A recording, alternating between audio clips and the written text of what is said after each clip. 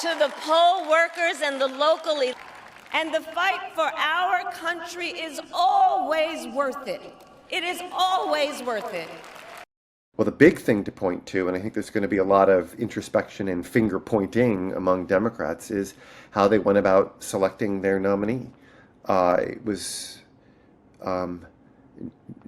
not conventional, to say the least, to stand behind effectively an uncontested primary season behind an incumbent president who then you abandon at the final hour and replace with the vice president who was the natural pick in some ways, but there wasn't so much as a moment of introspection between him stepping down and the party rallying behind her, even though in 2020 she ran what was widely regarded as a lackluster campaign, and it isn't clear what her core kind of base of supporters, what it looks like. And I think there'll be a lot of, as I said, a lot of finger pointing about not just towards people, but also towards process. Just how was this allowed to happen, and what needs to happen going further to avoid this catastrophe from Democrats' point of view.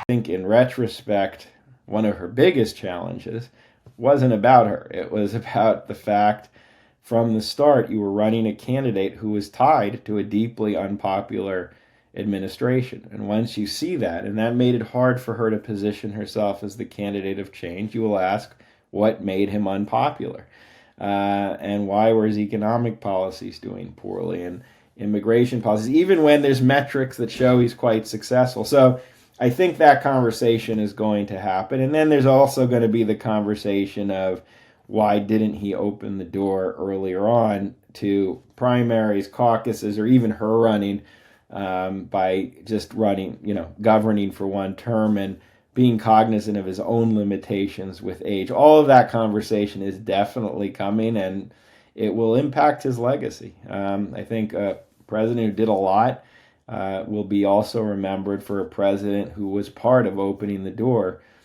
to what many Democrats consider a pretty radical conservative regime.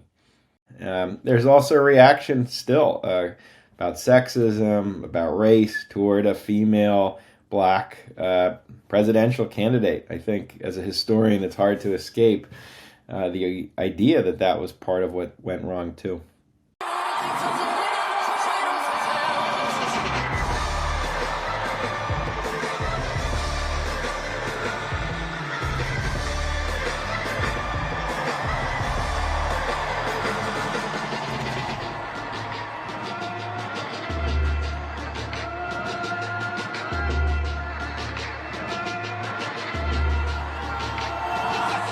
Yeah, I mean, I actually think in retrospect her campaign was pretty strong and pretty flawless, and within a short amount of time, and dealing with the fact she was running as part of an administration that was deeply unpopular. The way that all came together, and I don't think there were many mistakes, I think overall wasn't her campaign.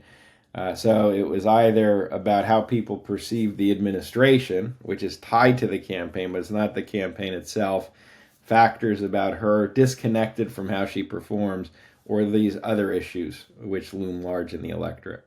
No matter who we are or where we start out, is why I am here to say, while I concede this election, I do not concede the fight that fueled this campaign. Some people who lose become pariahs within their party, and the party doesn't want to have anything to do with them or feature them, at least, for fear it will cause them political fallout. You've had failed candidates who disappear. Michael Dukakis in 1988 is an example. You have some, like Hubert Humphrey, who actually get back into politics. He went back into the Senate and still remain a voice, not in presidential politics, but on Capitol Hill and in liberal organizations. And Then you have someone like Richard Nixon, who lost in 1960 and then runs and wins the presidency 8 years later. So I think with the history, there's really different paths someone can take, and it's hard to know.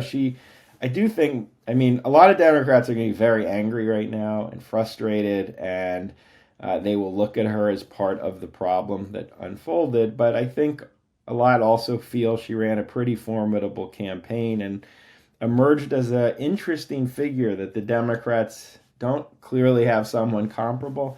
So I don't think it's inevitable she kind of fades away from the political scene.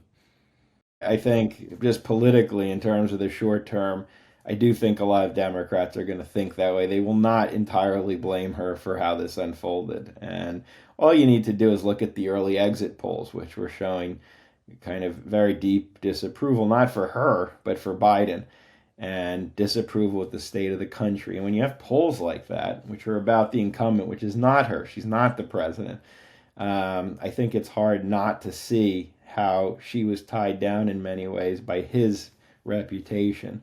And you could imagine her running in a different configuration than 2020 or 2024, where given what she did and how far she got the numbers really quickly from where they had fallen, she could be stronger. So there's ways in which she can remake herself. Will she? I don't know. But I can see a path.